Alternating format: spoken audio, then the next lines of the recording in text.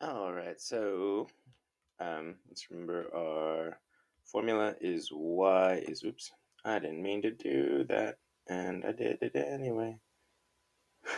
All right, there we go. All right, so our formula was y equals 3x, which meant that our data look like this. All right, so if we're going to label our graph, we might not be able to fit 21 on there unless we use a good scale. So let's see, 2, 4, 6, 8, 10, 12, 14, 16, 18, 20. So if we go by twos, we're still not going to be able to fit everything exactly on the graph, but we're going to get to, it's going to be most of it. So let's go ahead and label our graph. And I think I don't want to label by ones because 1, 2, 3, 4, 5, 6, 7, 8, 9, 10. It would only go up to 10 if we labeled the ones, and we wouldn't be able to fit 15 or 21 on there. So let's label by twos. 2, 4, 6, 8, 10, 12. Oh, wait a minute. I'm wrong. Check this out. The y-axis is the one. This is the part that I almost made a mistake, which is a really good thing to learn from. The y-axis is the one that goes in the 20s. So we should label the y-axis by twos. I think we can label the x-axis by ones because the x-axis only goes up to, our biggest piece of data will be at a 7. 5, 6, 7, 8, 9, 10, 11.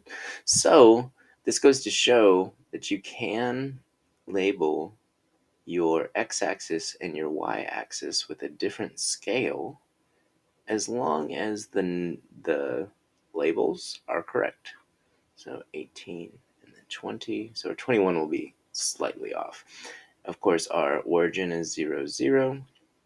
If I want to label my x-axis, it would be laps, if you're wondering where I got that information from, right there. And then my y-axis would be minutes. All right, so basically, we can look at these. These are ordered pairs: 1, 3, 3, 9, oops, 5, 15, and 7, 21. So let's go ahead and plot those. We're going to run 1 and jump 3 for our first point. In the second point, we're going to run 3 and jump 9. And since all of these are odd, it's kind of falling in between, and that's fine. If we run 5, we're going to jump 15. So as you can see, that one is like smack dab. Oh, no, it's not. I numbered wrong. Oh my gosh. You ever just like skip a number and then mess yourself up completely and then laugh at yourself later?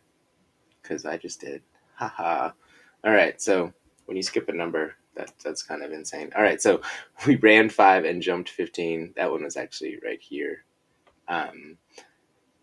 We could see that that was a mess. Okay, and then finally we ran 7 and jumped 21. We ran 7 and we jumped, we're going to say like right there, like right off, because it's higher than 20, but it wouldn't be where 22 is yet. And once again, you can see that this is forming a perfect line. Oops, even though I can't draw a straight line, which shows us that the pattern follows guidelines every time our x increases by 3, or every time our x increases by 1, our y increases by 3. So we could find out, basically, using the graph, how many minutes it takes to complete, let's say, 4 laps. If we ran to 4 and jumped, it looks like about 12 minutes to complete 4 laps. So the graph can help us determine data too.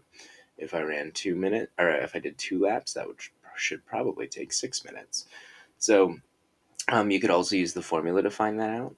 Y equals 3x. If we just replace the 3x with one of our numbers, let's say 3 times 5, then y would equal 15.